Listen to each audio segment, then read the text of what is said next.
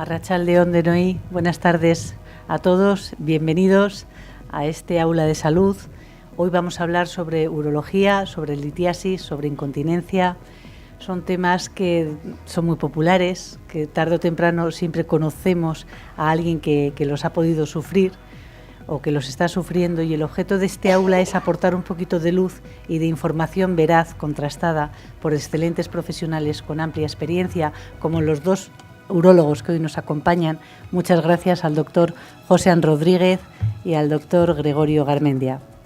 Como siempre, vamos a empezar con el vídeo del grupo presentándonos.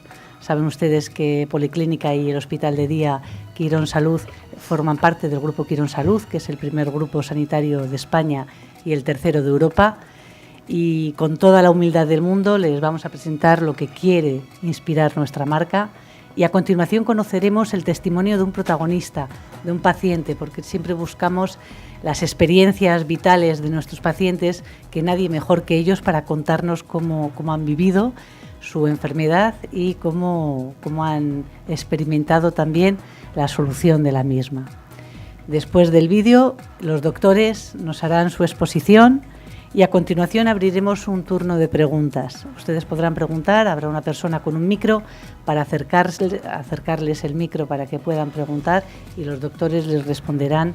Estaremos aquí hasta las 9, que creo que nos dejan, después nos echan, pero también para salir queremos ser atractivos, así que los que quieran podrán salir una vez se abra la puerta visitando el Aquarium. Además hoy es un día que se está muy fresquito en el Aquarium. Y los que tengan más prisa y prefieran salir directamente a la calle, abriremos también arriba. Sin más dilación, buenas tardes otra vez, bienvenidos y empezamos ya. Quirón Salud. Miles de profesionales con un único objetivo: cuidar la salud y bienestar de los pacientes y sus familiares. De personas que no son un nombre en una ficha, ni un código de barras en un tubo. Son personas, familias, emociones detrás de cada rostro. Estar a su lado es lo que nos hace diferentes. Una visión de la medicina basada en la conexión con el paciente, o mejor dicho, con la persona. Una persona que confía en nuestros recursos, en nuestra capacidad, en nuestra experiencia, pero sobre todo, confía en quien le habla de tú a tú. Nuestra actitud nos diferencia. Somos ese auxiliar que empuja la camilla y corre para salvar una vida. La enfermera que después de tomar una vía, toma una mano. El investigador que no se rinde, que sabe que lo que persigue puede cambiar vidas. El médico que ejerce y enseña a sus alumnos el valor de su vocación. Trabajamos para las personas, para cada una de ellas. Quirón Salud es la salud persona a persona. Esa es nuestra promesa, individual, única, irrepetible. Y la transmitimos con un símbolo amable, de colores cálidos, cercanos, propios. Seguiremos llevando a cabo iniciativas innovadoras. Haremos del futuro nuestro presente. Vamos a ser grandes, no por nuestro tamaño, sino por la fuerza de nuestro compromiso. Porque ser una marca joven, con más de 60 años de experiencia, nos ha enseñado que la fórmula para ser los primeros está en la pasión por lo que hacemos. Tenemos una visión. Quirón Salud. La salud persona a persona.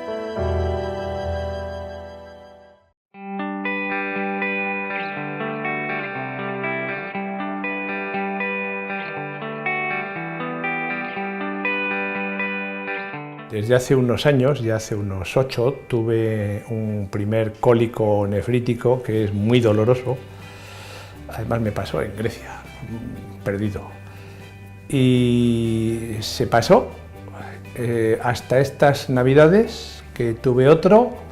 Entré aquí en urgencias, me dijeron que ya había expulsado una piedra que tenía, me fui de vacaciones. Volví, estaba perfectamente hasta que un buen día de nuevo tuve que venir aquí a urgencias, tenía un dolor muy agudo, no pensaba ya que era de nuevo el cólico y se descubrió que tenía una piedra muy grande, de alrededor de 1 centímetro casi, en el uréter izquierdo, en uno de los conductos del sistema urinario, que me había prácticamente cancelado un riñón. Entonces, pues tuve que seguir un tratamiento moderno de introducir un láser, destruir la piedra, etc.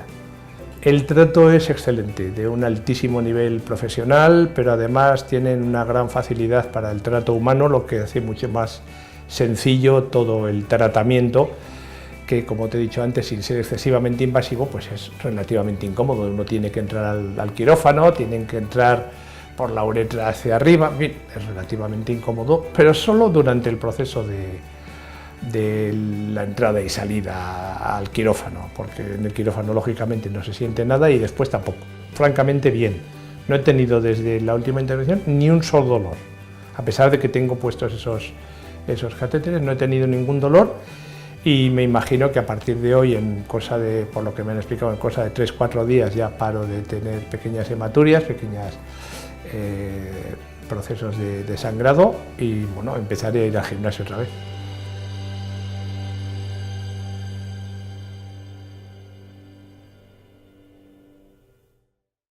Empezamos con el primer tema, que es incontinencia urinaria.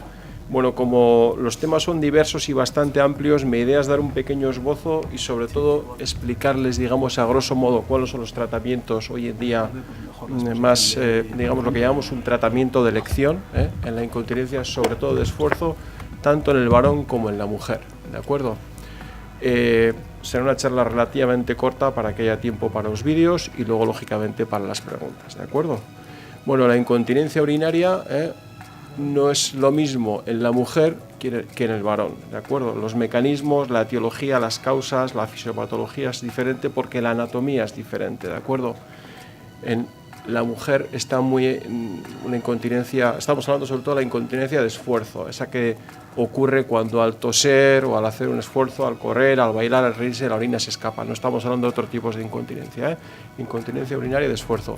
En la mujer muchas veces está asociada a patología del suelo pélvico, ¿de acuerdo? Por ejemplo, esta es la vejiga, esto es el útero, esto es la vagina, el recto, es decir, a veces se produce una incontinencia de esfuerzo pura, es decir, la orina se escapa al realizar un esfuerzo, pero a veces va asociada a patologías del suelo pélvico.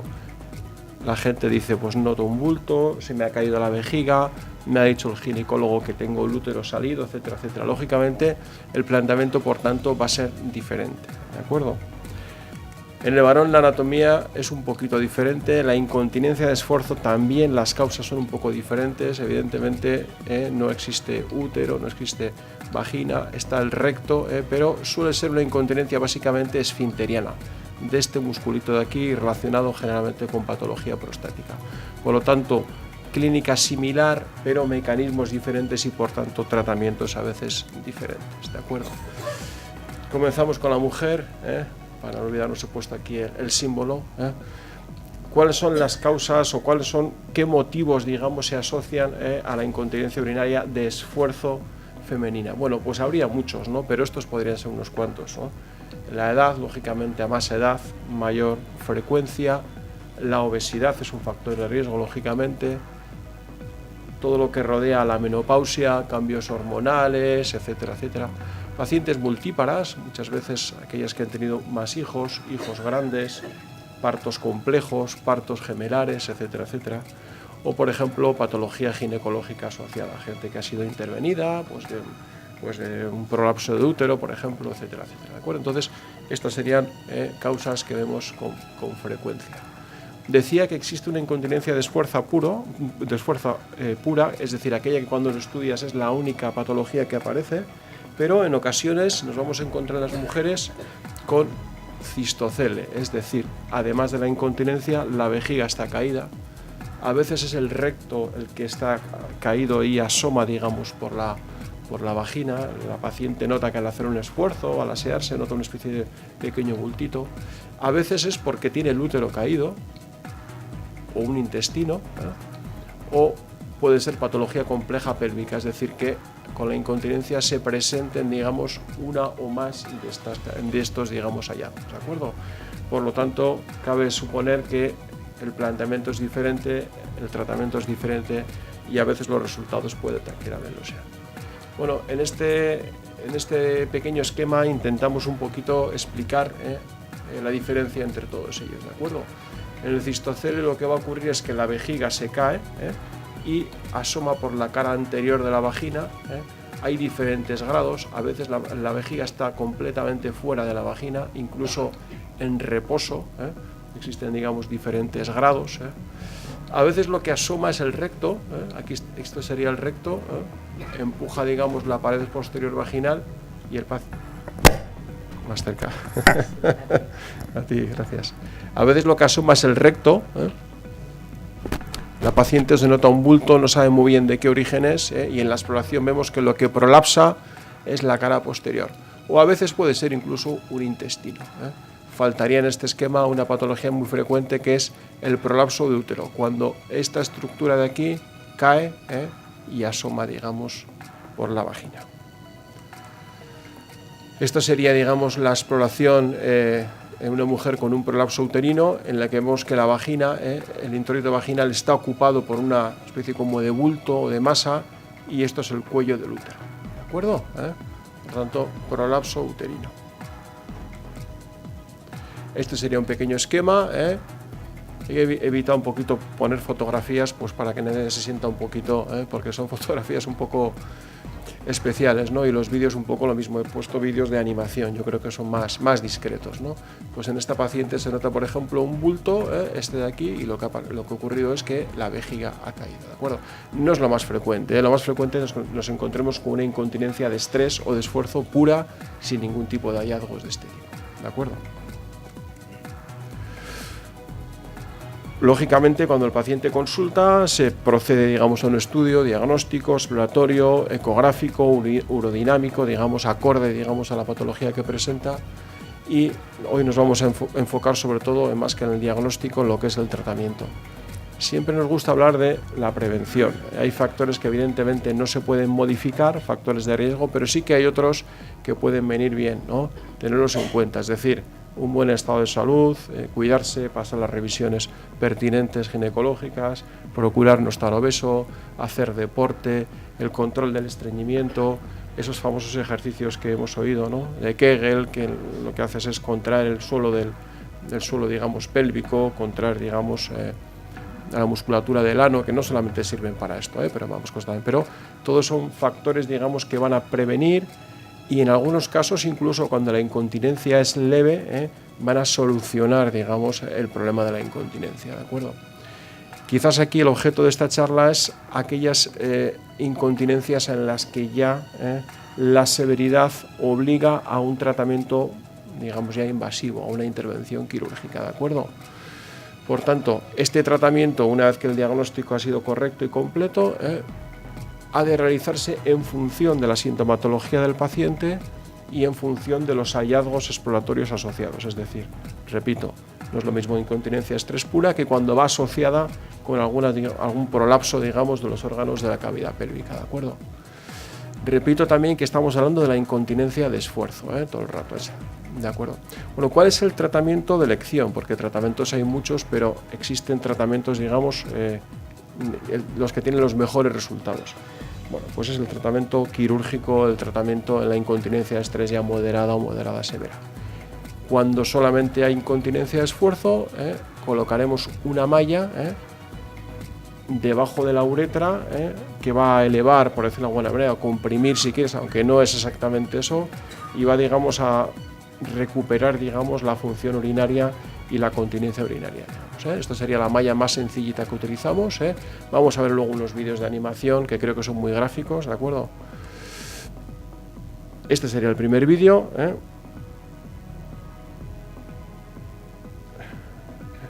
Duran 2 minutos aproximadamente. Bueno, esto sería, digamos, la maniobra que utilizamos para... Esto sería la técnica que utilizamos para colocar la malla. Hemos dicho que se trata de una incontinencia de estrés, de esfuerzo en una mujer sin patología asociada, y le vamos a colocar una malla debajo de la uretra, ¿de acuerdo? Se realiza con anestesia o bien de cintura para abajo, o bien general, o si el paciente quisiera con anestesia local y un poquito de sedación. La paciente habitualmente se coloca en posición ginecológica, se hace en el quirófano. Entonces tenemos las referencias, digamos, anatómicas que utilizamos para la colocación de la malla, y lo que vamos a pasar es esa pequeña red a través de este orificio, el orificio obturatriz, hasta la vagina, ¿de acuerdo?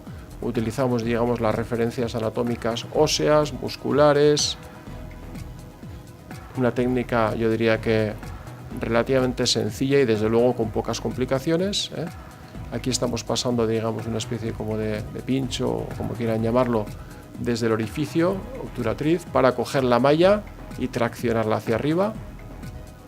Se ha pasado ya en el lado derecho, ¿de acuerdo? Son mallas de autorretención, es decir, no las fijamos con puntos, son mallas que una vez que se quedan colocadas tienen una especie como de pelitos, una cosa así que hacen que no caigan para abajo, ¿de acuerdo? Se ha colocado en el lado derecho, se ha colocado en el lado izquierdo, y ahora tensamos la malla colocándola justo debajo de la uretra. Quitamos el plastiquito este protector.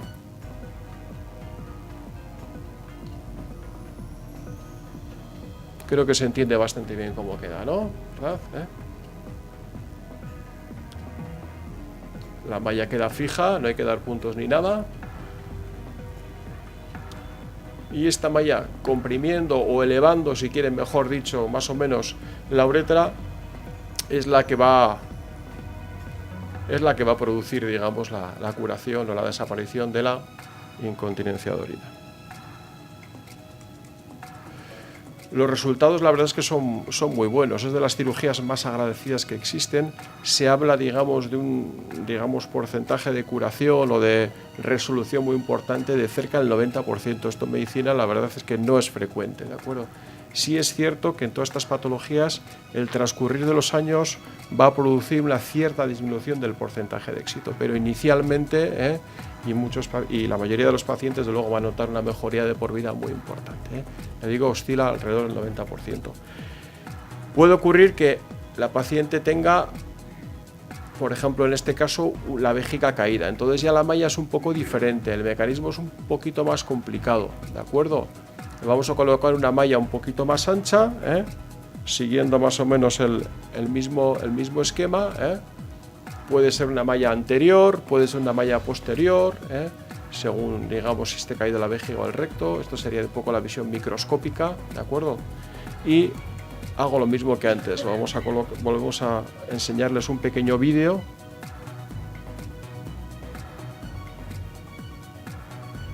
Acerca de la colocación. Creo que se ha visto bien, ¿no? Cómo queda la malla, ¿no? Si no, luego lo volvemos a repetir, ¿de acuerdo? ¿Qué hay que hacer aquí? Ya.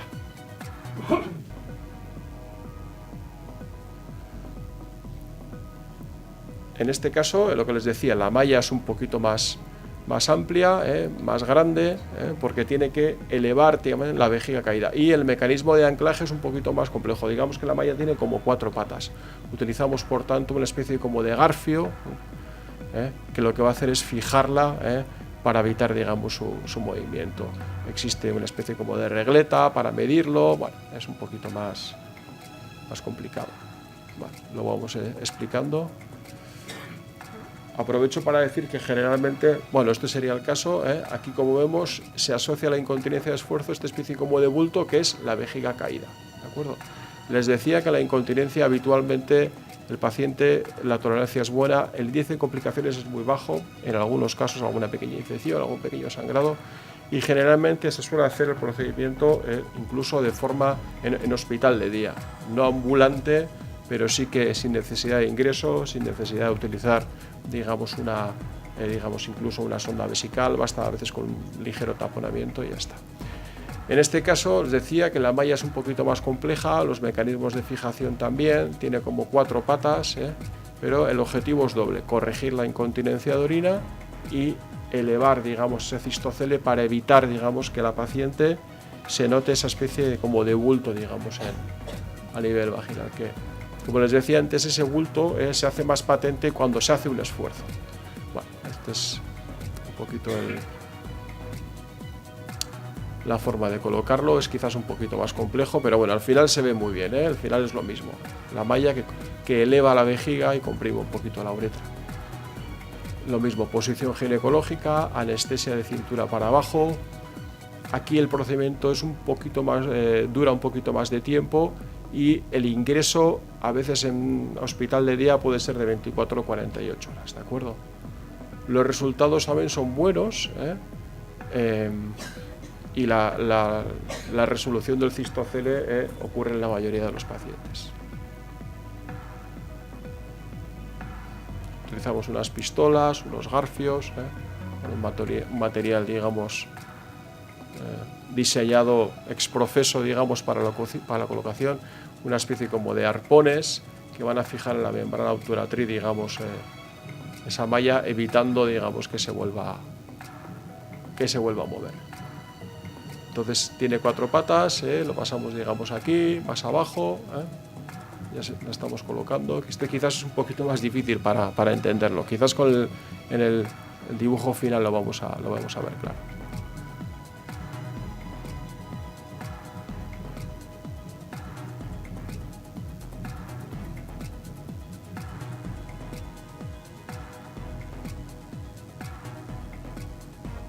Se tensa la malla.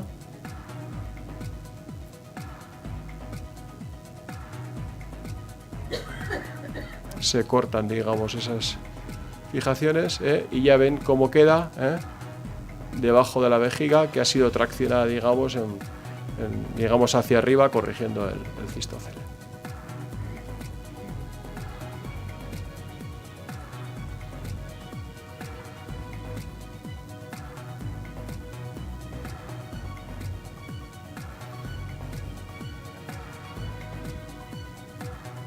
Ahí están tensando.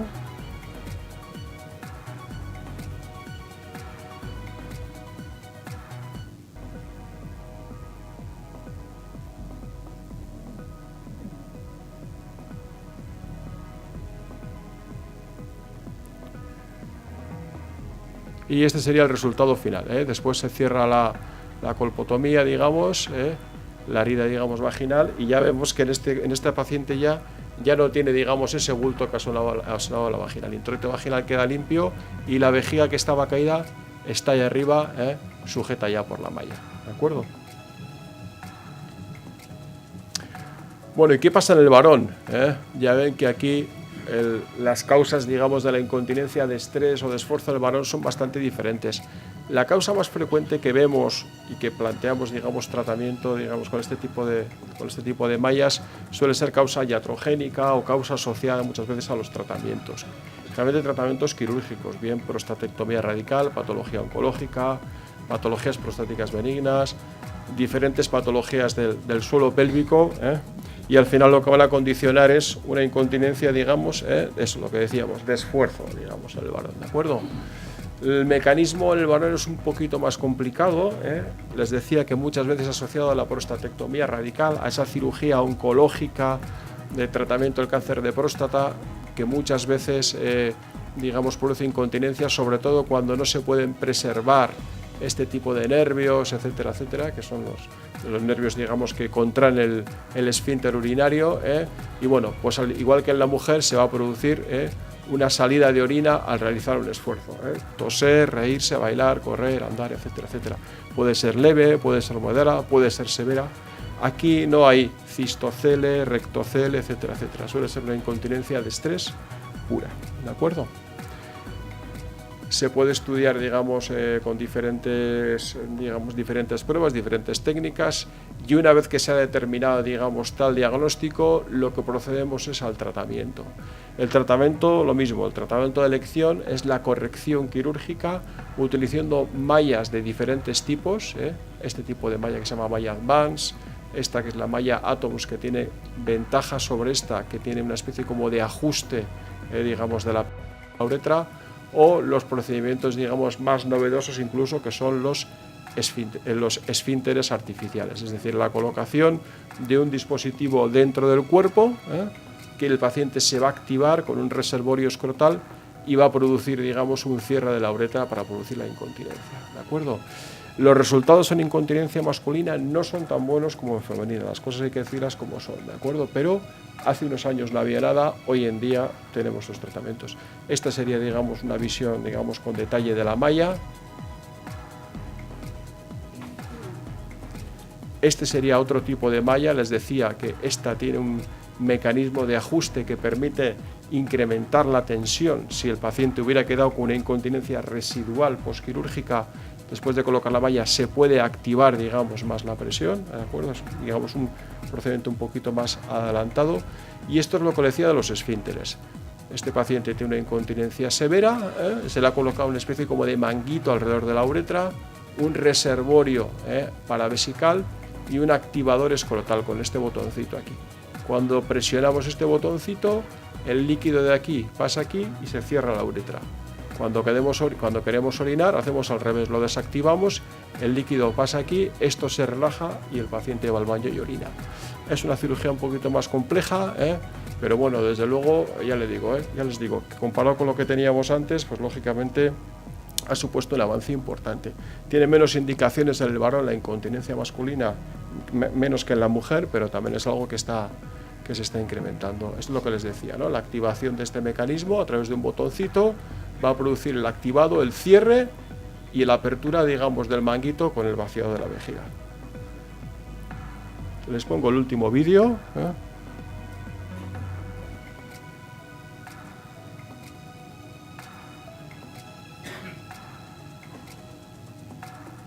Sería la colocación de esa malla, también uretral, lo mismo, paciente anestesia regional o bien dormido del todo, posición ginecológica, las estructuras anatómicas son diferentes, el acceso es bastante parecido, a través, digamos, de la zona perineal, y vamos a colocar esta malla debajo de la uretra, lo mismo, a través de estos orificios, utilizando esta especie como de pinchos, colocamos esta superficie, digamos, comprimiendo la uretra, la fijamos, la tensamos, objetivamos en el propio quirófano que el paciente no tiene incontinencia, es decir, la tensamos ad hoc en función de lo que necesite.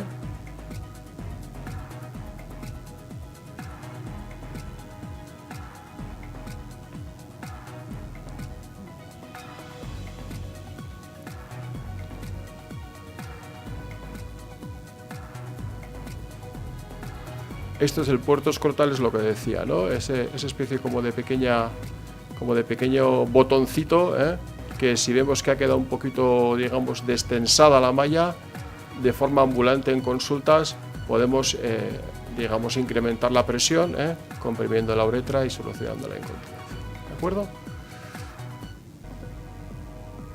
Aquí está el dispositivo, que puede colocarse en diferentes sitios, a nivel pélvico, también a nivel escrotal.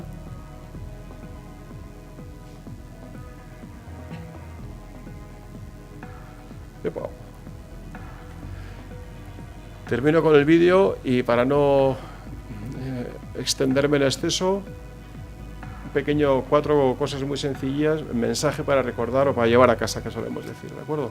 Importante, por tanto, la incontinencia de esfuerzo, tanto en el varón como en la mujer, un diagnóstico adecuado, viendo que efectivamente es una incontinencia de esfuerzo, de estrés, ver que exista, si existe o no patología concomitante, tratamiento de elección, cuando ya es moderada o severa, el tratamiento de elección, el gold estándar, es el tratamiento quirúrgico, ¿de acuerdo? Los resultados, sobre todo en la mujer, son buenos, son, decíamos, cerca del 90%, el índice de complicaciones bajo. En el varón es un poquito más complicado, hay que individualizar, digamos, cada caso, pero también tenemos buenos resultados y con una rápida recuperación, es decir, sobre todo en la mujer, hospital de día, 24 horas de ingreso o no más, incluso cuando tienen patología asociada, y bueno, algo desde luego que merece la pena valorar todos aquellos pacientes que tengan ese tipo de sintomatología. Esto es todo en principio, muchísimas gracias, luego si quieren, a su disposición para las preguntas que consideren. Gracias.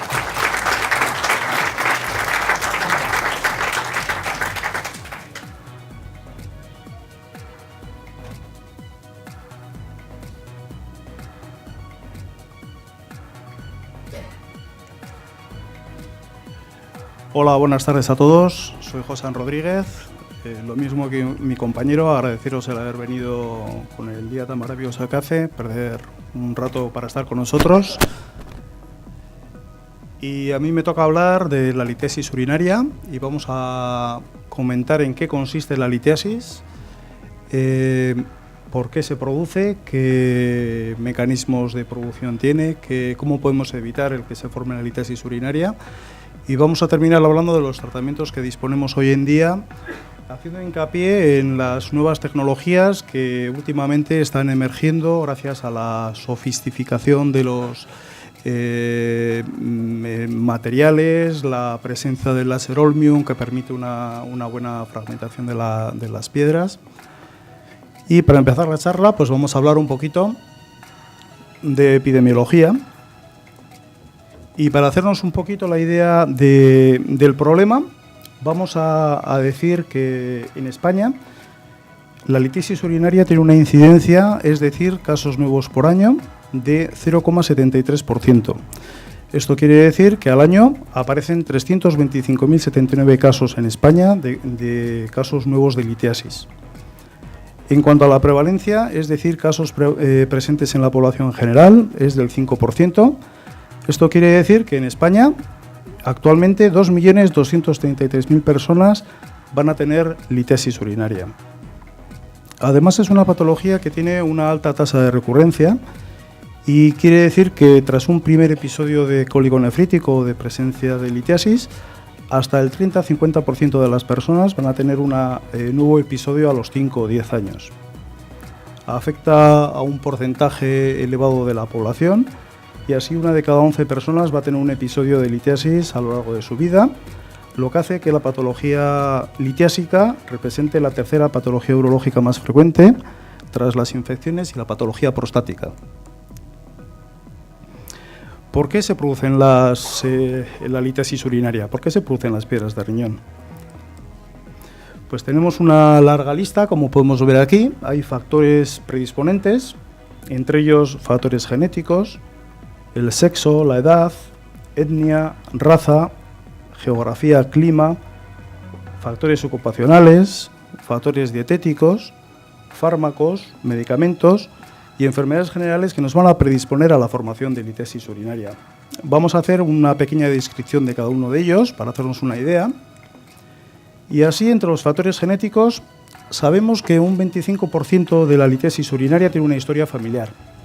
Cuando interrogamos a los pacientes en la consulta, pues resulta que la madre, el abuelo, también tiene piedras en el riñón y esto no es que se herede, pero sí que hay una predisposición familiar. Otra cosa distinta son las litiasis asociadas a enfermedades hereditarias, que sí que se heredan y que van a producir litiasis, como son la hiperosaluria, la enfermedad de Den, que es una enfermedad del túbulo renal, la acidosis tubular familiar, la cistinuria, la santinuria, la dihidroxiadenuria. En cuanto al sexo y a la edad, sabemos con qué es más frecuente en hombres, afecta al 10% de hombres, al 7% de mujeres, y esto pues hoy en día se está igualando por el estilo de vida, por la obesidad. Es raro que ocurra en menores de 20 años, tiene un pico entre los 60 y 65 años, en los hombres entre los 40 y los 60, y en las mujeres por encima de 60 por la disminución del efecto protector de los estrógenos. En cuanto a la etnia y la raza, pues la litiasis urinaria es más frecuente, hay un predominio en la raza blanca. Más factores predisponentes de la lista que hemos visto inicialmente pues son la geografía y el clima. Sabemos con que la litiasis urinaria se presenta más en climas cálidos y secos, en los meses calurosos, más en el sur y más en verano con un pico pues en los meses que estamos, en julio, septiembre. En cuanto a los factores ocupacionales, pues trabajadores expuestos a mayores temperaturas, como trabajadores de fundiciones, panaderos o trabajos sedentarios, sabemos con que tienen más incidencia de litiasis urinaria. En cuanto a los factores dietéticos, pues las comidas rápidas están en boga hoy en día, bebidas azucaradas, asociadas a la obesidad, el calcio, sabemos con que el 80% de los cálculos tiene calcio. Además, la mayoría son de oxalato cálcico, como veremos posteriormente.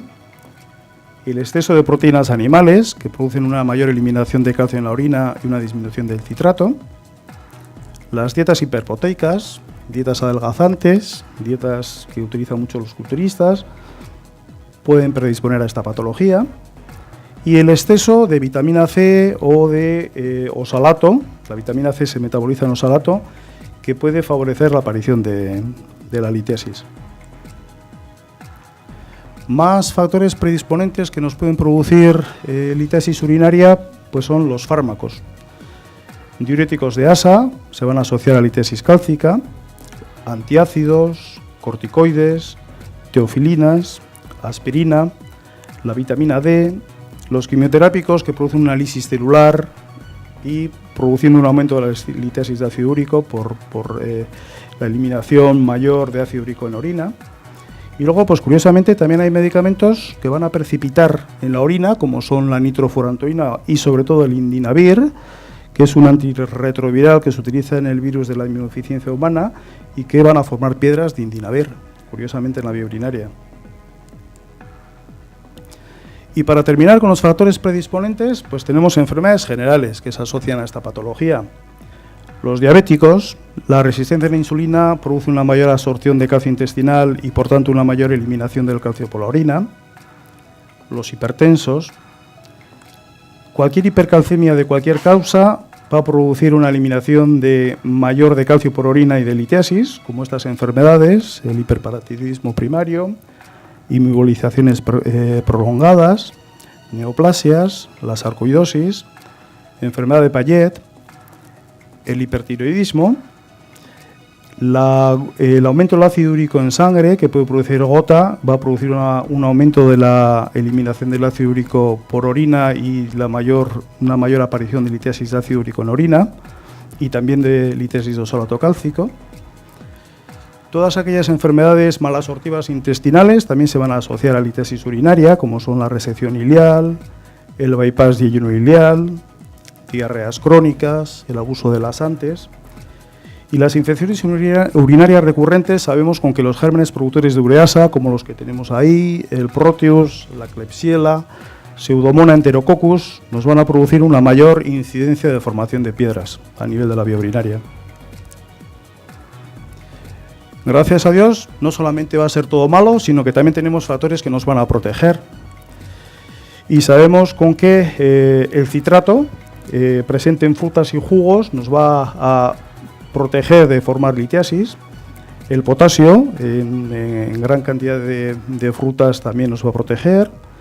La ingesta de líquidos asociado al aumento de la diuresis va a hacer que no precipiten tanto los cristales y formen litiasis en la orina.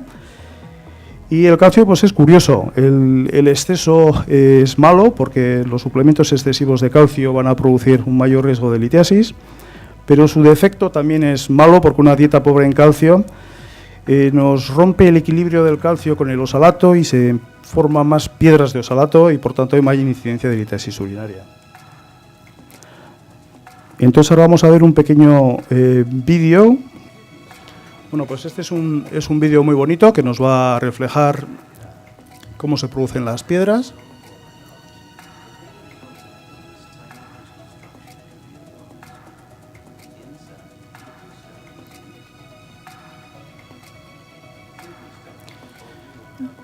Y vemos con que las piedras pueden ser de muy diferentes tipos. Pueden ser unas piedras espiculadas, más alargadas, de diferentes formas y colores. Esta es una piedra de oxalato cálcico, una piedra de calcio con fosfato, de estrubita, de ácido úrico, de cistina. La mayoría de las piedras van a ser de oxalato cálcico, son las más frecuentes. Y la forma de formación de que se produzca la litiasis es, pues se forma el calcio con el oxalato. Inicialmente vemos ahí esas bolitas de calcio, de oxalato, y se va a producir una nucleación. Una nucleación que puede ser de dos maneras. Puede ser una nucleación homogénea, formando un núcleo homogéneo, o una nucleación un poco más irregular, formando un núcleo más heterogéneo. Y las litiasis fundamentalmente se van a producir ahí a nivel del tubo de la papila del tubo contorneado distal, donde se forman unos cristalitos, se produce un crecimiento, una agregación de los cristalitos, como vemos ahí. Y estos cristales pues, se van a depositar en la zona que veíamos del riñón, a nivel de la papila renal. Se quedan adheridos hasta que un día determinado se sueltan, produciendo la eliminación de la litiasis, que cuando es pequeña, como vemos en la imagen, va a coger el conducto y va a eliminarse fácilmente. Pero en otras ocasiones no tenemos tanta suerte y son piedras más grandes que tienen tendencia a quedarse atascadas a nivel de la salida del riñón, a nivel del cruce de los vasos ilíacos o a nivel de la unión del uréter con la vejiga. La piedra se va eliminando, produciendo un cólico nefrítico, un espasmo a nivel del uréter, sangrado, hasta que por fin se produce la eliminación y sale al exterior. Estas son cifras europeas que son mayores que en España, aunque nos estamos igualando. Afecta al 13% de hombres, 7% de mujeres, pero la gran mayoría no va a requerir ningún tipo de tratamiento, ningún tipo de intervención.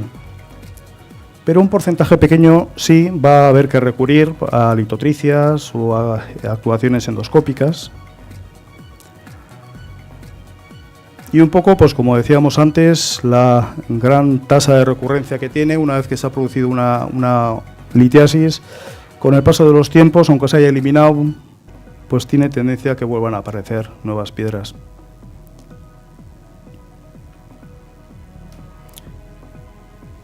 Los diferentes compuestos que se unen en la orina para formar piedras, el oxalato cálcico, fosfato cálcico, ácido úrico.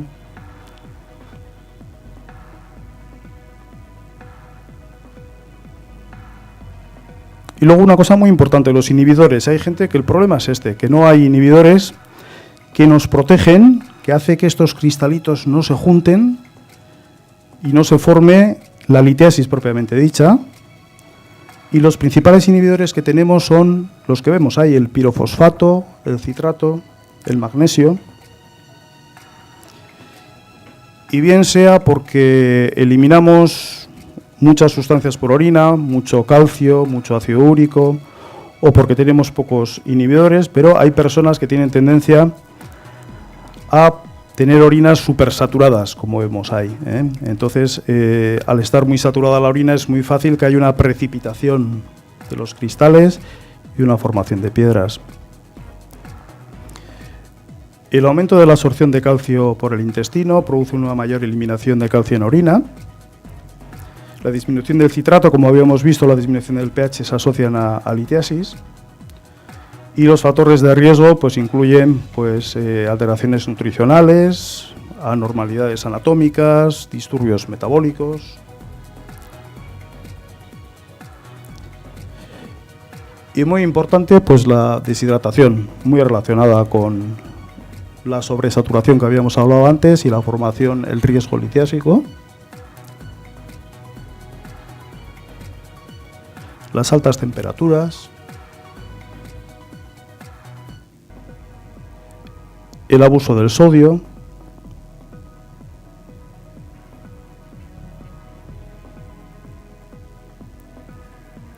el exceso de proteínas animales, carnes rojas, embutidos, vísceras, aumenta el riesgo, o ciertos medicamentos, como habíamos comentado antes, dentro de esta larga lista, acetazolamida, la vitamina C, exceso de calcio.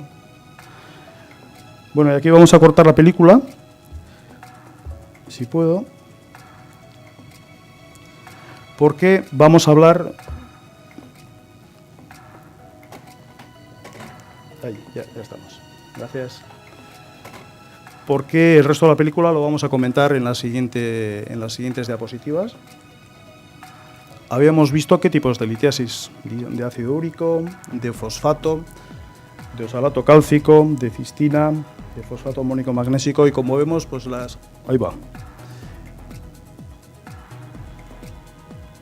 ahí hemos corrido demasiado. Y como veíamos, pues las principales piedras fundamentalmente van a ser de oxalato cálcico, tanto monohidrato como de hidrato, de ácido úrico o de fosfato amónico magnésico. Como veíamos antes, diferentes tipos de piedras, lógicamente va a ser muy distinto eliminar este tipo de piedra a través del uréter, que tiene pinchos, que es espiculada, que esta piedrita que es redondita, que va a coger más fácil la vía urinaria, que lógicamente se va a eliminar con más facilidad. Bueno, pues ¿qué podemos hacer como tratamiento preventivo o como prevención para evitar la formación de litiasis urinaria? Pues fundamentalmente ingesta abundante de líquidos, sobre todo en épocas de calor, de bochorno, humedad, se suda más, la orina es más concentrada. Evitar el riesgo de sobresaturación que habíamos hablado antes en la diapositiva. La dieta rica en vegetales y fibra nos va a favorecer evitar que se forme esta patología. Limitar consumo de proteínas de origen animal, limitar el consumo de sal, evitar la obesidad, el estrés, realizar una actividad física adecuada y limitar el exceso de preparados como la vitamina C y el calcio, pues nos van a ayudar. Si hemos llegado a tener ya una litiasis, pues bueno, ¿qué podemos hacer? Vamos a hacer un esbozo de los tratamientos. Y sabemos que cuando las piedras son pequeñas, cuando es una litiasis menor de 5 milímetros, el porcentaje de eliminación es alto. Con un tratamiento expulsivo, o a veces sin ningún tipo de tratamiento, se produce la eliminación de la piedra. Pero cuando la litiasis ya tiene más de 6-7 milímetros, normalmente suele haber una indicación de extracción de la piedra porque se va a quedar atascada en la vía urinaria. Sabemos con que los cálculos renales, aunque sean asintomáticos, con el tiempo nos van a dar problemas y cuando se hacen grandes nos van a precisar además de técnicas, lógicamente, pues más agresivas o necesitar técnicas combinadas para solucionar el problema. En cuanto al tratamiento, pues vamos a hacer una exposición de los diferentes tratamientos que disponemos hoy en día. Y ahí tenemos en rojo, tenemos la cirugía intrarrenal retrógrada, que nos vamos a detener un poquito más, que es quizás una técnica que estamos utilizando cada vez más y que está haciendo que utilicemos las demás en menos proporción, porque aprovechando las nuevas tecnologías, el láser Olmium, los ureteroscopios flexibles, nos permiten llegar a más zonas del riñón y con menos agresividad solucionar el problema. Vamos a hacer una pequeña exposición de todos ellos y lógicamente cuando vemos que es una piedra de pequeño tamaño, pues vamos a empezar con un tratamiento médico expulsivo. ¿En qué consiste el tratamiento médico? Fundamentalmente utilizamos antiinflamatorios que nos va a quitar la inflamación, además de tener un efecto analgésico, como son el desquetoprofeno, el ibuprofeno. Vamos a utilizar alfa-bloqueantes, que son medicamentos como la tansulosina, la silodosina, que se utilizan en la hipertrofia benigna de próstata, y que nos van a producir una relajación del músculo del uréter, facilitando la expulsión del cálculo cuando este es pequeño. Y los corticoides nos van a disminuir el edema y también nos van a ayudar a la eliminación, como el deflazacor, que tenemos ahí reflejado. El primer tratamiento del que vamos a hablar va a ser la litotricia extracorpórea por ondas de choque, sus siglas en inglés ESWL, que es una técnica muy utilizada, se ha utilizado muchísimo, se sigue utilizando muchísimo, que se introdujo en 1980 y que en cálculos menores de 2 centímetros tiene una tasa de ausencia de cálculo de hasta un 99%. Lógicamente, en cálculos grandes nos va a precisar actuaciones previas, colocar un doble J, colocar una endoprótesis cuando los cálculos son muy grandes. Sabemos que cuando los cálculos están en un sitio difícil del riñón, como es los cálices inferiores, hasta en un 35% no va a ser eficaz, no va a haber una eliminación del cálculo a pesar del tratamiento. También sabemos que en cálculos muy duros lo rompe mal. No hay, por ejemplo, los cálculos de cistina son muy duros, lo rompe con bastante dificultad. Y decir que la litotricia por ondas de choque tiene sus contraindicaciones también. Está contraindicada, pues lógicamente, en el embarazo o cuando hay alteraciones de la coagulación, aneurismas de aorta, aneurismas renales, infecciones mal controladas, malformaciones óseas, obesidad. Y básicamente, pues la litotricia extracorpórea por ondas de choque consiste en esto. Inicialmente era una bañera, se suele hablar de la bañera, y inicialmente al paciente había que introducirlo realmente en una bañera. Hoy en día, pues tenemos un aparataje muy moderno y, como vemos aquí, con una camilla se coloca al paciente y hay un generador de ondas de choque. Tenemos un monitor donde podemos localizar el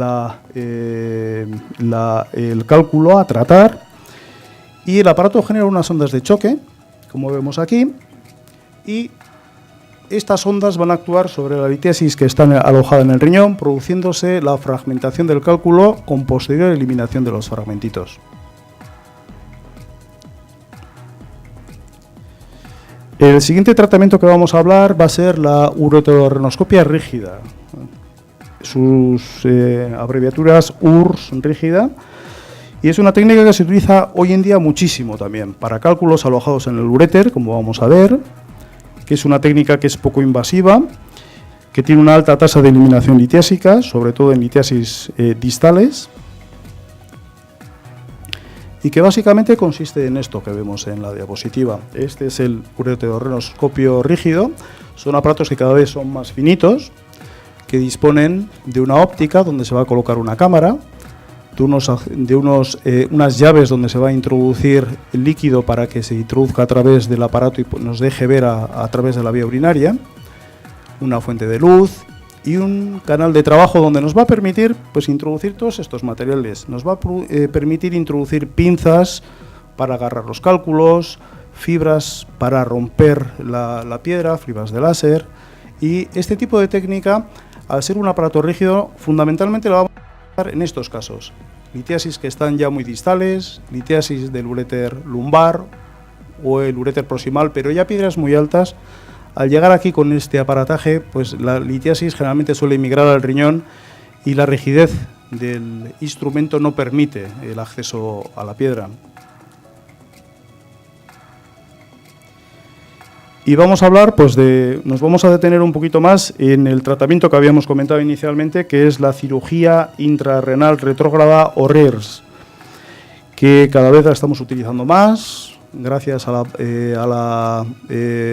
láser Olmium, a las fibras que cada vez son más finitas, gracias al ureterorrenoscopio flexible, que gracias a su incurvación nos va a permitir llegar a cualquier lugar del riñón, y decir que es una técnica, pues, que es poco invasiva, que rompe cálculos, hasta cálculos muy grandes, incluso más de 2 centímetros, que tiene una alta tasa de eliminación litiásica, que nos va a servir para cálculos duros, nos va a servir también para cálculos localizados en sitios complejos del riñón o incluso en riñones con anomalías anatómicas. Y consiste básicamente en lo que tenemos en la diapositiva.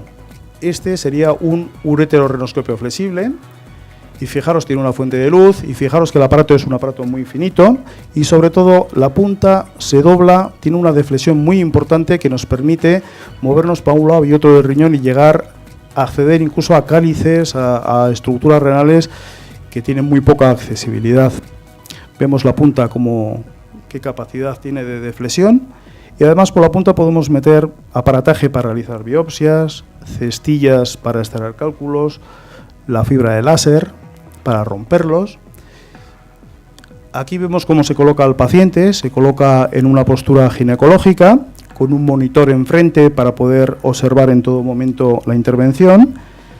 Y aquí vemos, pues, el aparato, el ureterorrenoscopio, como introducimos a través de la vía urinaria, nos metemos en la vejiga, aquí estaría el meato ureteral y nos metemos en el uréter, ascendiendo hasta el riñón y pudiendo flexionar el aparato, vamos a llegar incluso a cálices difíciles como el cálice inferior, cálices posteriores.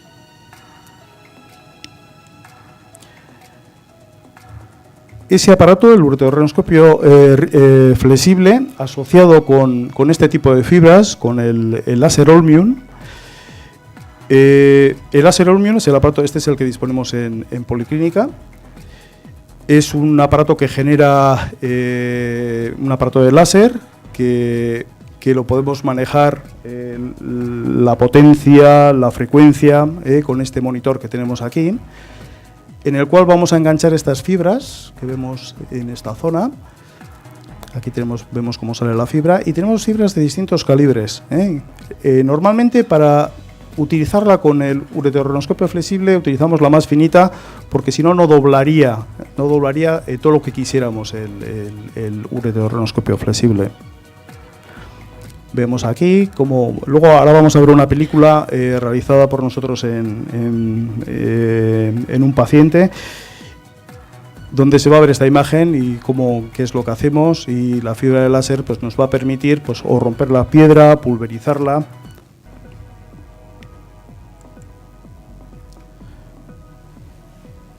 Bueno, esta es la película que estamos comentando y una intervención realizada por nosotros.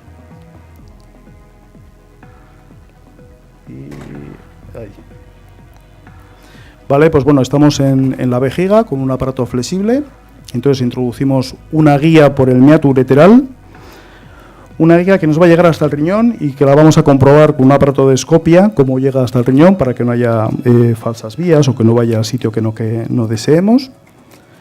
Y a través de esta guía nos vamos a introducir por el uréter. Ya estamos dentro del uréter. La guía nos sirve de tutor para que no podamos producir ningún tipo de perforación a nivel del uréter, para que nos guíe zonas estrechas del propio uréter que no nos impida poder llegar al riñón. Y aquí vemos cómo hay zonas más estrechas. Estamos a nivel del uréter del cruce de los ilíacos, donde habíamos dicho que solían quedar atascadas las piedras. Vamos progresando con el instrumento rígido, lo comprobamos con aparato de rayos que disponemos al mismo tiempo.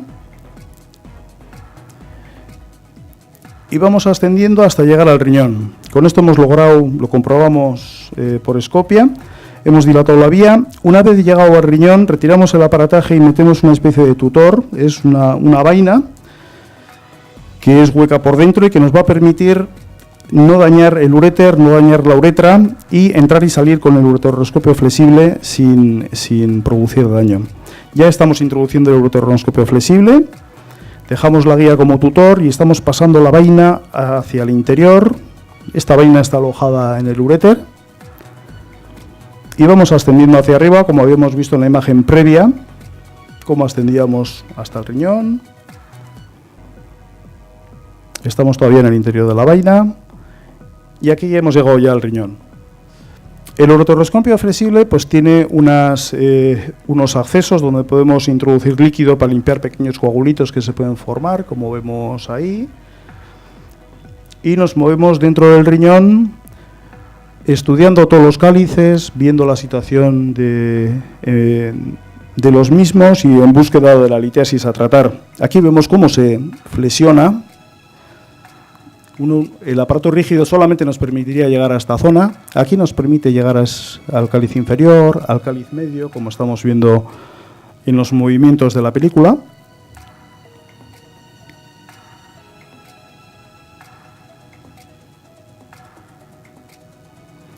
Analizamos detalladamente cada cáliz.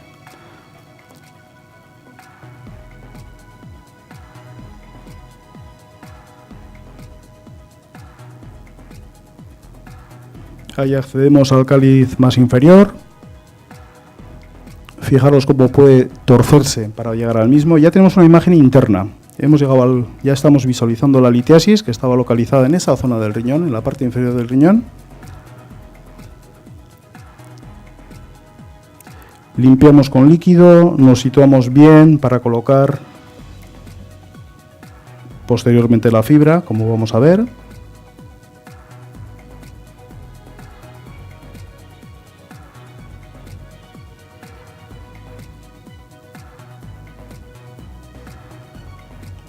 Ahí tenemos la piedra y vamos a ver, si os fijáis en la parte de arriba, la fibrita azul es la fibra de láser que se ha introducido a través del ureteroscopio flexible. Hemos encendido el láser y empezamos a disparar el láser Holmium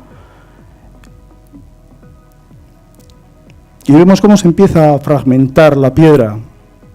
Podemos elegir distintas energías. Una sería para romper la piedra. Lo que generalmente hacemos es utilizar altas potencias y altas frecuencias para pulverizar la piedra, que se forme como arenilla de playa, y lo que era inicialmente una piedra la dejamos con una arenilla que se va a expulsar fácilmente por la propia dinámica de eliminación de la orina.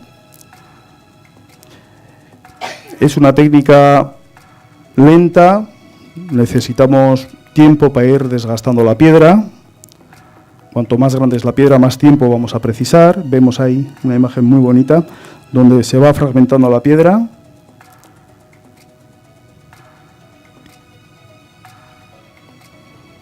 Fijaros qué orificio la ha hecho.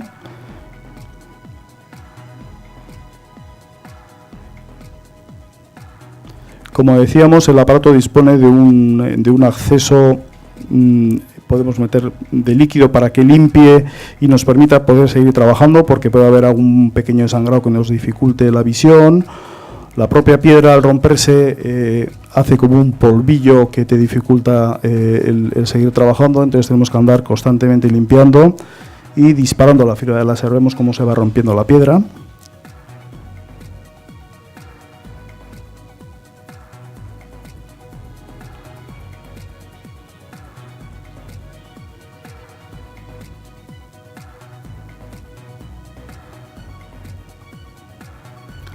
Vemos en el sitio que estamos trabajando, fijaros qué curvadura está realizando el aparato, qué sitio más difícil anatómicamente de tratar. Seguimos rompiendo la piedra y luego, pues bueno, una vez que hemos fragmentado completamente la piedra, vemos ahí cómo tiene un montón de agujeritos, cómo se va desgastando, como ya está ya más del 50% de la piedra inicial rota. Una vez que hemos fragmentado la piedra, hemos dejado ya ese polvillo, ese resto de litiasis mínimo, posteriormente lo que hacemos con un control escópico es colocar un tubito al riñón que se llama doble J, y que nos va a evitar que pueda haber cólicos por pequeños coagulitos o por pequeños restos litiásicos. Y con eso terminamos la intervención. Normalmente es una intervención que hacemos o con anestesia general o anestesia raquídea. Y el paciente al día siguiente, en la gran mayoría de los casos, pues se puede ir a casa, porque ha sido una intervención a través del conducto, no tenemos heridas, es muy poco traumática, ya veis que no hay, curiosamente rompe la piedra, pero a nivel de la mucosa del propio riñón no produce ninguna lesión, no produce ningún daño.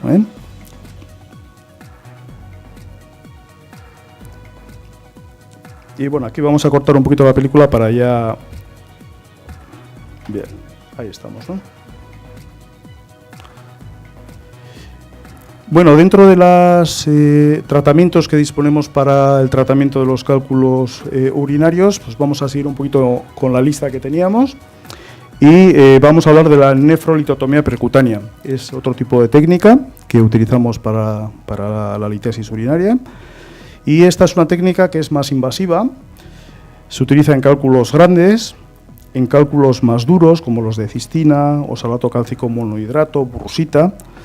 Nos va a permitir tratar también cálculos que están alojados en sitios difíciles, como los cálices inferiores o con dificultad de acceso. Y además, pues lógicamente es una técnica que se puede utilizar simultaneando con la anterior o con las otras, en caso de piedras grandes, en caso de piedras complejas. Y la técnica básicamente pues se basa en esto. Se coloca al paciente en decúbito supino y se marca lo que es la línea estelar posterior, se marcan las costillas, el hueso de la pelvis y localizamos el sitio de punción. Vemos aquí arriba, se punciona el riñón y hay que colocar una serie de unos dilatadores y luego posteriormente un amplas, un tubo hueco que nos va a permitir meter este aparato. Este aparato que es el nefroscopio, que como veis es un aparato rígido. Cada vez los hay de menos calibre, este tiene un calibre mayor y que dispone pues de una óptica donde vamos a poder colocar la cámara, dispone de se puede colocar la fuente de luz, un acceso para introducir líquido para poder ver el interior del riñón, y un canal de trabajo donde vamos a poder introducir pues, pinzas para extracción de cálculos, láser, distintos materiales para la eliminación de la litiasis. Vemos aquí, el aparato lo introducimos a través de esta vaina y se rompe la piedra, pero ya vemos con que es una técnica, lógicamente la piedra es más grande, hay que ser más agresivos, produce un cierto daño en el riñón, hay que hacer una pequeña herida a nivel del riñón. Y luego ya la última diapositiva, el último tratamiento que tenemos, gracias a Dios, cada vez menos utilizado, porque las anteriores técnicas nos permiten eliminar los cálculos y ya nos quedaría la cirugía abierta para terminar. Solamente se utiliza pues menos del 1 o 5% de los casos, y hoy en día la estamos utilizando solamente en litiasis complejas, como grandes coraliformes, complicaciones endoscópicas, como último recurso, digamos. Y esto es lo que os quería contar. Eskerrik asko, muchas gracias.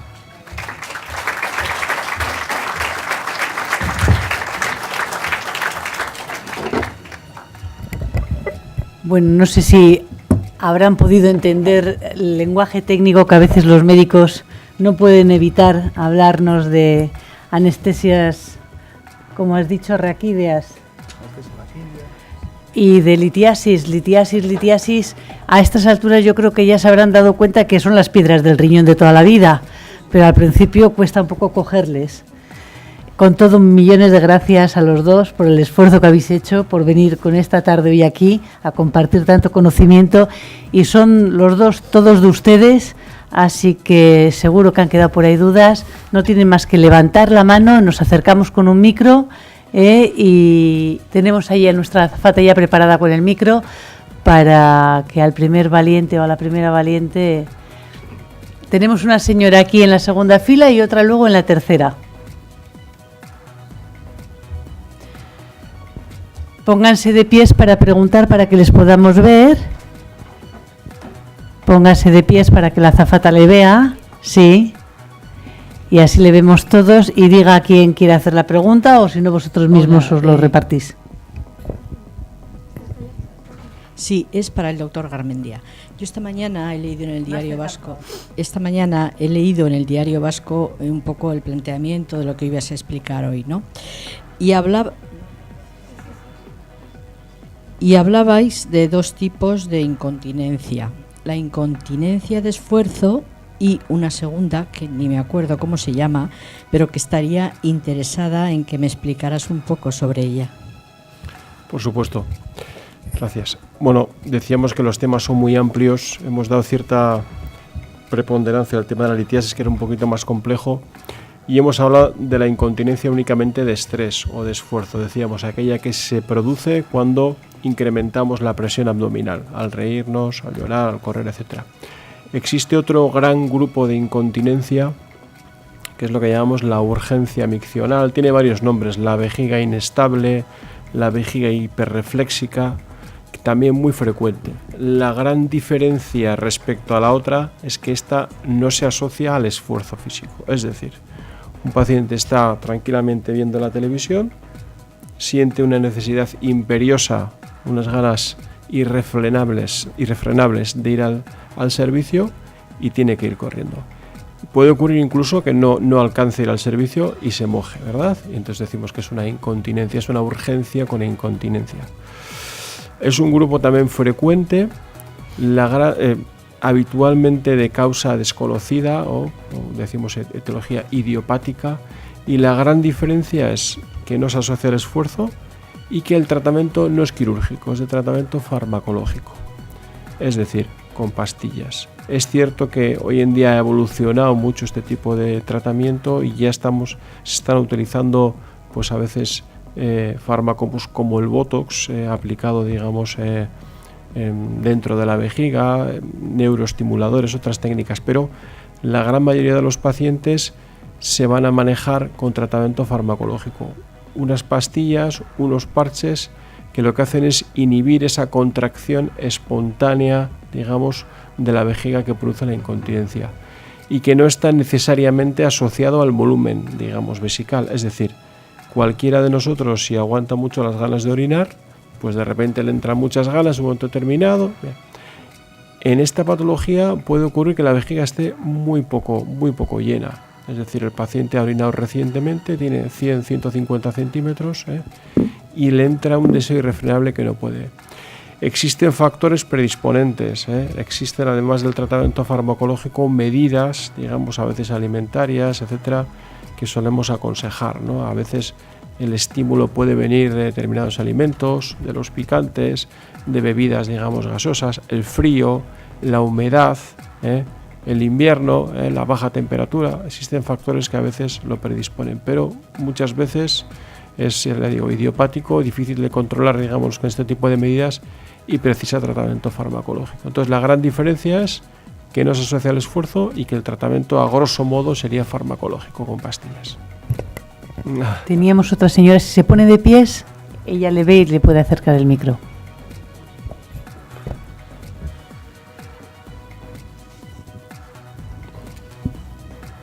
Hola, mi pregunta va para el que nos habló sobre las piedras. Tengo una persona que tiene una piedra en el riñón incrustada de 3 milímetros. Entonces no le da ningún problema hasta ahora. El año pasado se le detectó, se ha vuelto este año otra vez a la revisión y sigue estando en el mismo sitio, ni ha crecido, ni ha menguado, ni nada. No le da ningún problema, hasta ahora no le ha dado ninguno. ¿Y qué debemos de hacer? ¿Seguir esperando a que dé algún problema? ¿Qué es lo que hay que hacer? Esperar a ver cómo evoluciona, pero del año pasado a este año ya es la segunda revisión y sigue estando igual. Ni ha crecido, ni ha menguado, no da problemas, pero está la preocupación diaria de que en un momento dado pues pueda producir un cólico o yo que sé, cualquier cosa. ¿Qué debemos hacer? ¿Cuál es su opinión? Sí, pues bueno, piedras de ese tamaño, pues es una suerte que sea 3 milímetros. Como hemos dicho en la exposición, piedras de menos de 5 milímetros, si la piedra le da por salir, se va a expulsar espontáneamente, es lo más frecuente. Entonces, cuando son piedras muy pequeñitas, ahí optamos por un tratamiento conservador. Insistir en la ingesta de líquidos, insistir en la dieta, el evitar la sal, toda esa retahíla que hemos comentado en las diapositivas. Y si tenemos que procurar que no se haga grande esa piedra, que es cuando entonces sí que tenemos que optar por un tratamiento ya más agresivo. Sería distinto si esa piedra se haría grande, tendría 1 centímetro. Ya sabemos con que si se movilizaría del riñón, en el riñón no le va a dar ningún problema, pero al movilizarse se va a quedar atascada a nivel de la vía urinaria, pudiendo dar muchos problemas y además no se va a eliminar, teniendo que hacer alguna actuación urgente. Pero una piedra de ese tamaño, 3 milímetros, no hay que hacer nada, simplemente tratamiento conservador, insistir en la ingesta de líquidos, en épocas de calor, la dieta y todas estas medidas que habíamos comentado. ¿Alguna pregunta más? Buenas tardes. Por ejemplo, si un año se hace una ecografía y se ve que hay... Acérquese el micro a la boca, está encendido, sí. Pero hay que acercárselo mucho. Sí, que hay un quiste en los riñones, por ejemplo, y al año siguiente hay un montón, ¿qué remedio tiene? ¿Hay que esperar a que se hagan unos riñones poliquísticos o hay alguna solución para no llegar a eso? Gracias. Sí, bueno, eso sería otra patología. Normalmente sabemos con que los quistes del riñón aparecen con la edad, incluso personas de más de 50 años, hasta el 50% de las personas tienen quistes renales. Lo importante es que sean quistes de agua, que sean quistes limpios, que no sea una masa renal, que no sean quistes complejos, con tabiques, que entonces sí que hay que hacer un seguimiento mucho más estricto, porque puede haber una malignización de los mismos. Pero si son quistes simples, de agua, es difícil que de un año para otro haya una variación tan importante de formación de quistes, y solamente actuamos cuando son quistes muy grandes. Quistes muy grandes, estamos hablando de quistes de 6, 7, 8 centímetros que al ser grandes pueden comprimir al riñón y producir incluso pues, dolores de tipo cólico o síntomas compresivos. Entonces en esos casos sí, pero en los demás casos si es un quiste simple, de pequeño tamaño, sin ninguna connotación más, simplemente pues hacer un seguimiento, no hay que hacer nada. ¿Tenemos alguna pregunta más? El señor.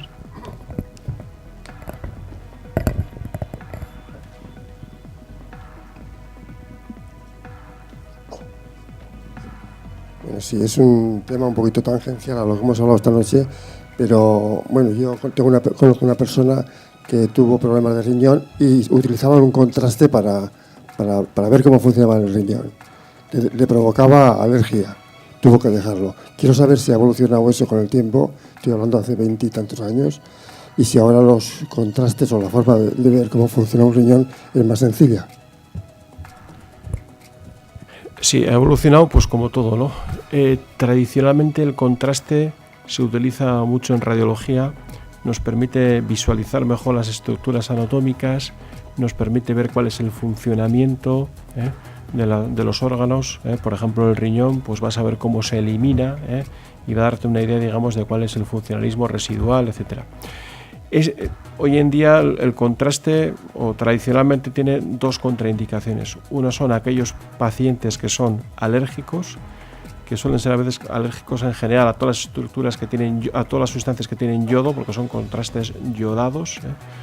Y la segunda contraindicación es los pacientes con insuficiencia renal, ¿de acuerdo? Es decir, aquellos pacientes que los riñones no le funcionan bien, la utilización de este tipo de contrastes empeora digamos, el funcionamiento del riñón.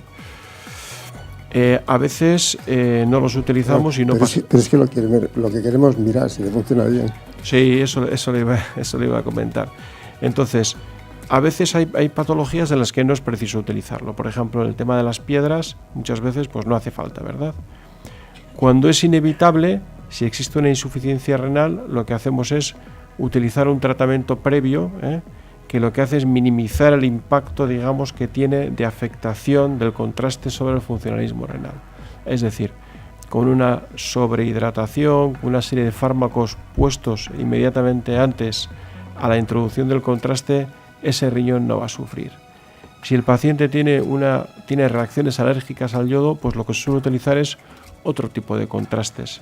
Se puede estudiar, como cualquier otro fármaco, a qué tipo de alergia se debe, y existen otro tipo de pruebas, o si no, pruebas con isótopos, etcétera, que de alguna manera van a realizar, digamos, la misma función que el contraste yodado y nos darían desde luego una idea aproximada del funcionalismo renal. No habría ningún problema, habría que individualizar el caso como cada siempre, pero hoy en día hay un montón de pruebas que te van a dar, digamos, información precisa anatómica y también funcional.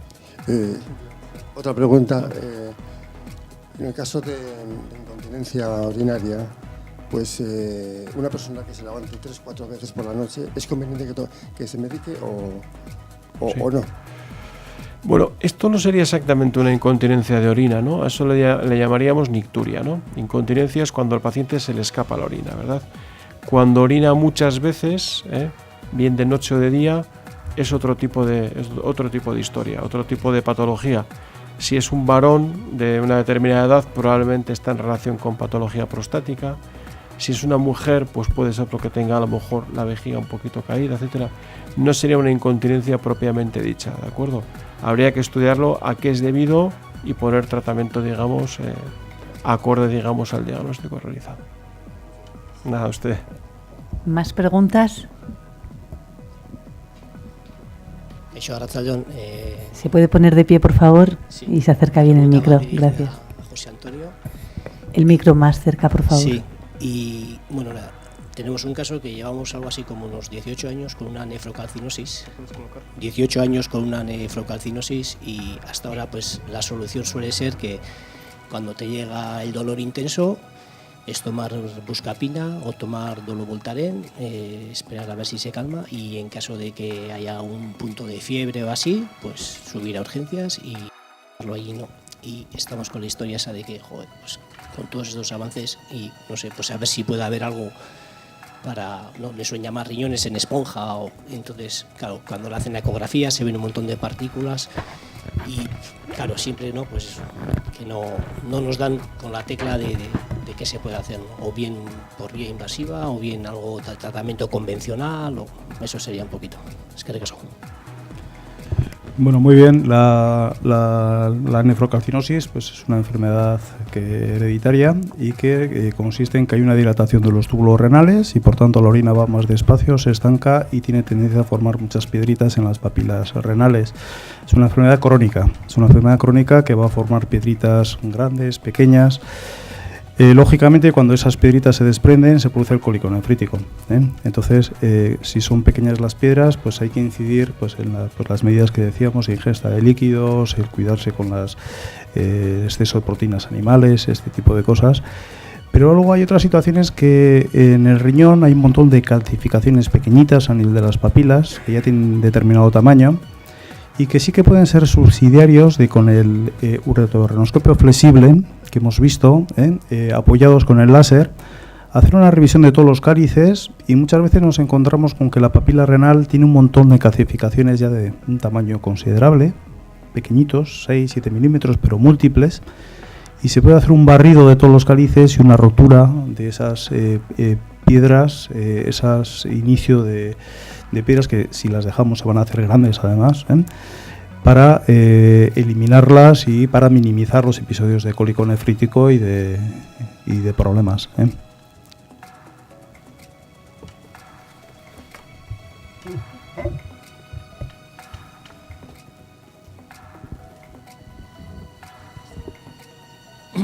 Hola, buenas tardes.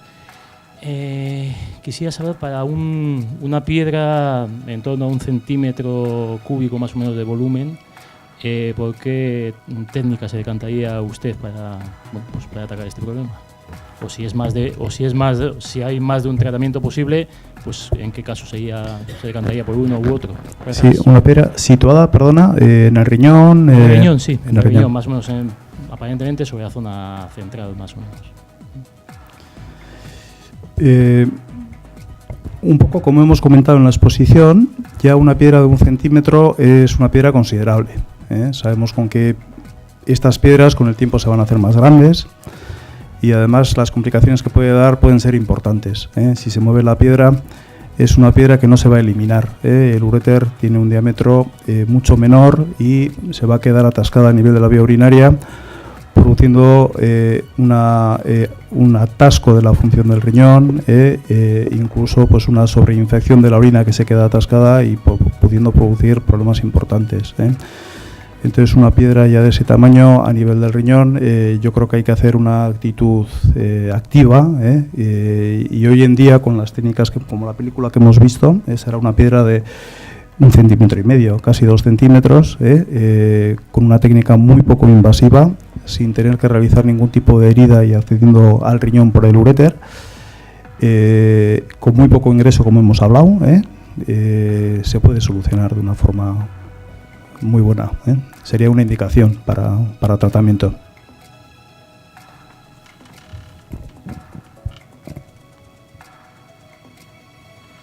Vemos que está viendo por curiosidad. ¿Cuánto tiempo tardaste en deshacer esa piedra que hemos visto? Hombre, el láser rompe muy bien la piedra, la pulveriza, la hace como arenillas que luego se van a eliminar, pero sí que es lento. Una piedra de 1 centímetro pues nos puede llevar 3/4 de hora, hay que acceder de una forma lenta, se va rompiendo poquito a poquito hasta que se fragmenta del todo. 3/4 de hora, 1 hora nos puede llevar de quirófano, pero bueno, muy bien tolerado por el paciente, y luego con el drenaje que se deja posteriormente la recuperación es muy buena. Con muy poco dolor y con casi todos los pacientes al día siguiente se pueden ir a casa sin ningún problema. Kaixo Artzaldeon, tenemos en la familia un caso de vejiga hiperactiva que cada 20 minutos tiene ganas de irse al baño, y ha habido ya tratamientos con parches o con botox o con instilaciones de ácido hialurónico, pero que no ha tenido Entonces, a ver si tenemos esperanza todavía o no, a ver qué, porque ha habido tratamientos de todo tipo, pero estamos ahora esperando a que nos den la vez para hacer la infiltración otra vez de Botox, pero con mayor cantidad, pero es para saber un poco a ver qué solución nos queda. El problema de la vejiga hiperactiva es que es una enfermedad que a veces no responde de forma adecuada al tratamiento, ¿no? Y no la puedes operar, ¿no? Es decir, no es como dices, bueno, pues otra patología, pues empiezo con tratamiento farmacológico, por ejemplo, el prostatismo. Fármacos, cambio, complemento, y si no, pues finalmente intervengo, etcétera. Esto es un poquito más complicado, ¿no? Entonces, la secuencia, digamos, de tratamiento generalmente implica inicialmente, digamos, medidas, digamos, conservadoras, alimentarias, etcétera, que se deben mantener con independencia del tratamiento aplicado. Después solemos pasar los tratamientos, digamos, farmacológicos, básicamente anticolinérgicos, bien tratamiento vía oral o bien, digamos, con parches, etcétera, etcétera. El problema que tienen es, aparte de que a veces no son eficaces como cualquier otra medicación, es su mala tolerancia, la boca seca, el estreñimiento, etcétera, etcétera. El siguiente escalón terapéutico ya sería un poquito más invasivo, y si no existe contraindicación, pues pueden ser instilaciones de sustancias como el ácido hialurónico, etcétera, etcétera, o un tratamiento que está muy en boga es la instilación, digamos, de Botox, digamos, en la mucosa vesical. Es decir, lo que vas a hacer es intentar, digamos, paralizar esas contracciones utilizando un fármaco. El Botox va bien, tiene una eficacia, digamos, elevada, tiene un gran hándicap que es, por un lado, que es un tratamiento invasivo, que tienes que hacerlo, digamos, pues con una serie de instrumental, etcétera. En el caso de la mujer, la verdad es que se puede hacer prácticamente en consulta, pero decía, tiene un hándicap importante, es que una vez se reabsorbe, digamos, el fármaco en los pacientes que son respondedores, estás obligado, digamos, a una nueva instilación, digamos, del Botox. Es decir, cada 6 meses o al año tendrías que volver a aplicar el tratamiento. ¿Qué pasa con aquellos pacientes que no responden, digamos, a esta tercera línea de tratamiento? Tema un poquito complicado. Habría que ver exactamente qué tipo de paciente es. Si esa vejiga, digamos, hiperrefléxica, vejiga inestable, está asociado a alguna otra patología, digamos, que a veces es una cosa que puede pasar desapercibida. No todos los casos son idiopáticos, ¿de acuerdo? Puede ser tratamiento, patología, pues, de origen farmacológico, neurológico, neuropático, lo que sea. Y si no se encuentra nada, ya los siguientes tratamientos son también invasivos quirúrgicos, con implantación de neuromoduladores sacros, etcétera, dispositivos colocados, digamos, a nivel sacro, que van a, digamos, a afectar o van a alterar, digamos, un poquito la transmisión neurológica, ¿de acuerdo? Como una especie como, eso es, gracias por ejemplo, una especie como de marcapasos, pero colocado en la zona sacra, que va a estimular, digamos, las raíces. No quería ser muy complicado en la explicación, perdona. Va a estimular las raíces aferentes y eferentes, digamos, que van a la vejiga, y este es, digamos, el siguiente escalón terapéutico. Son pacientes muy seleccionados. Inicialmente se utilizan, digamos, neuromoduladores provisionales, y solamente en caso de buena respuesta al tratamiento ya se pasa a tratamientos definitivos. Pero es cierto que existen pacientes que no sabemos por qué tienen esa patología y una vez diagnosticados no responden al tratamiento de forma adecuada. Ya al margen de eso existirían tratamientos ya, digamos, que quizás porcentualmente mucho menos significativos, quirúrgicos, pero que pueden incluir incluso la cistectomía, ¿no? Incluso quitar la vejiga en aquellos pacientes, pues que la afectación de la calidad de vida, digamos, es tan severa que no le permiten hacer la vida normal. Pero ya serían, digamos, casi tratamientos anecdóticos y que solo se plantearían de forma muy individualizada. Es probablemente un caso complejo y a valorar, digamos, de forma muy pormenorizada. Gracias, doctor Garmendia. ¿Alguna pregunta más? Está claro que cada persona somos un mundo y que no hay café con leche para todos en medicina, sino que hay que estudiar cada caso, como dice nuestro lema, la salud persona a persona, y hoy tenemos aquí a 2 personas excepcionales que han estudiado mucho para llegar hasta aquí y que esperamos seguir contando con vosotros siempre que os llamemos. Muchas gracias a todos. Terminamos con la música de Coldplay, Viva la Vida, y que la vivan ustedes bien. Buenas noches.